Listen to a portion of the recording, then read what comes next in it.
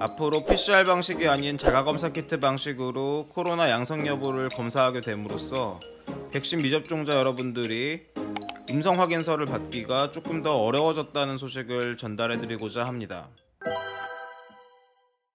앞으로는 60세 이상 의심 환자, 밀접 접촉자 등의 고위험군을 제외하고는 PCR 검사가 아닌 자가검사 키트, RAT 검사를 통해 자가검사를 하는 것으로 정책이 변경되었습니다. 자가검사 키트에서 양성이 나오면 이때에는 PCR 검사를 통해 정확히 감염 여부를 확인한다고 합니다. 앞선 영상에서 방역 패스는 백신 패스, PCR 검사 결과 음성 확인자, 코로나19 확진 후 격리 해제자, 예외 적용자로 이루어졌다고 말씀드렸는데요. 백신을 맞지 않은 분은 방역 패스 제한 시설을 이용하기 위해 현실적으로 PCR 음성 확인서에 의존하는 방법밖에 없기 때문에 PCR 검사를 받지 못하게 한다면 방역 패스 제한 시설의 이용이 원천적으로 차단될 위험이 있습니다. 변경된 지침을 확인해보면 PCR 검사 대신 자가검사 키트를 이용하는 것으로 정책이 바뀌면서 PCR 검사 결과 음성 확인자뿐 아니라 RAT 신속 항원검사 음성 확인자도 방역패스 증명서를 발급받을 수 있도록 방역패스 지침에 변경이 생겼습니다.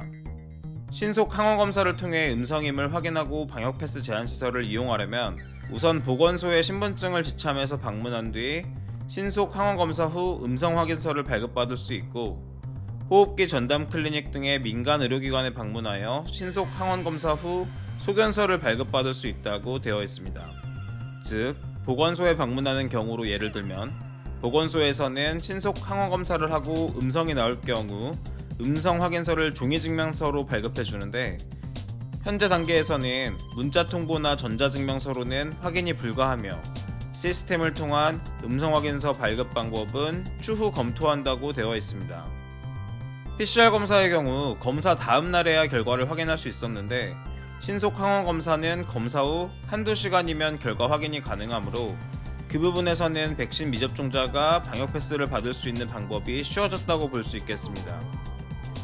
그러나 한편으로는 PCR 검사의 경우에는 음성 확인 문자 통지서, 전자증명서를 통해 음성 확인이 가능했기 때문에 검사만 받으러 다녀오면 되었던 것인데, 신속 항원 검사의 경우 종이증명서나 소견서를 통해서만 발급이 가능하기 때문에 방역 패스를 받고자 하는 자는 검사를 받으러 한 번 보건소나 병원을 방문하고 그 이후에 증명서를 받으러 또 보건소나 병원을 방문해야만 하는 번거로움이 생기게 된 것입니다.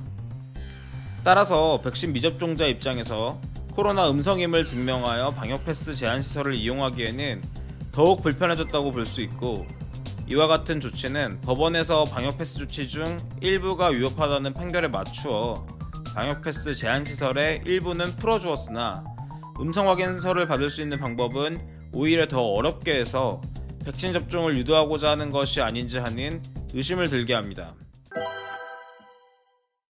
이상으로 더 이상 PCR 방식으로 코로나 감염 여부를 확인하지 않는다는 점과 그에 맞추어 방역 패스 지침이 어떻게 변화되었는지를 설명드렸습니다. 앞으로도 관련 소식을 업데이트 해드릴 예정이니 많은 시청 부탁드리겠습니다.